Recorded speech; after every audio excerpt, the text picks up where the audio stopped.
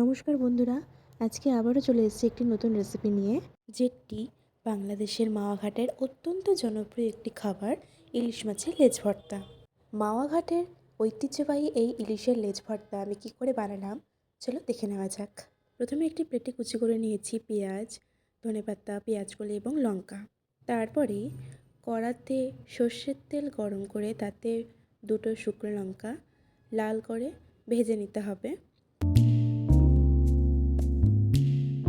ভাজা হয়ে গেলে তুলে নিয়ে সেই তেলেই নুন হলুদ মাখিয়ে রাখা ইলিশ মাছের লেজা ভেজে নিতে হবে লাল করে।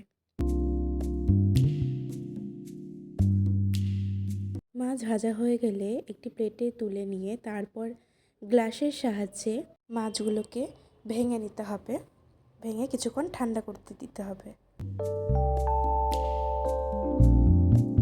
মাছটি ঠান্ডা হতে দিয়ে লবণ দিয়ে ভেজে রাখা শুকনো লঙ্কাটি গুঁড়ো করে নিতে হবে।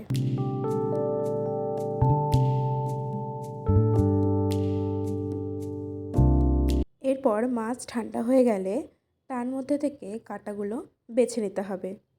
সব কাঁটা যদিও বাছা যাবে না, কিন্তু যতটা সম্ভব কাঁটাগুলি বেছে নিতে হবে।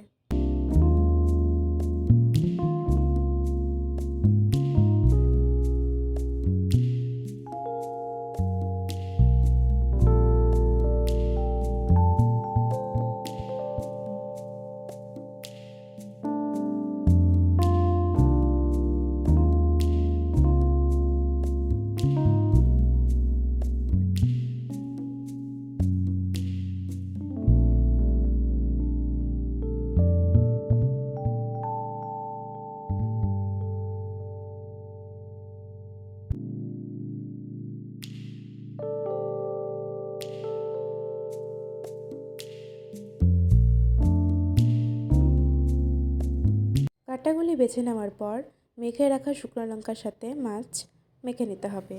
তারপর আস্তে আস্তে পেঁয়াজের কলি, ধনেপাতা কুচি এবং এর মধ্যে সর্ষের তেল দিয়ে এবং কাঁচা লঙ্কা দিয়ে ভালো করে মাছটিকে মেখে নিতে হবে।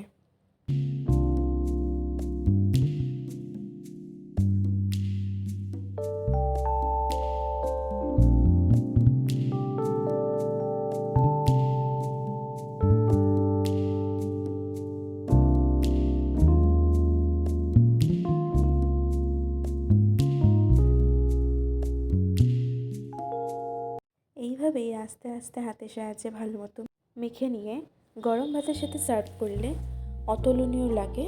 এই রেসিপিটা তোমরাও বাড়িতে ট্রাই করো এবং আমাকে কমেন্ট করে জানিও। ভিডিওটি ভালো লাগলে একটি লাইক এবং শেয়ার করে আমার পাশে থাকবে।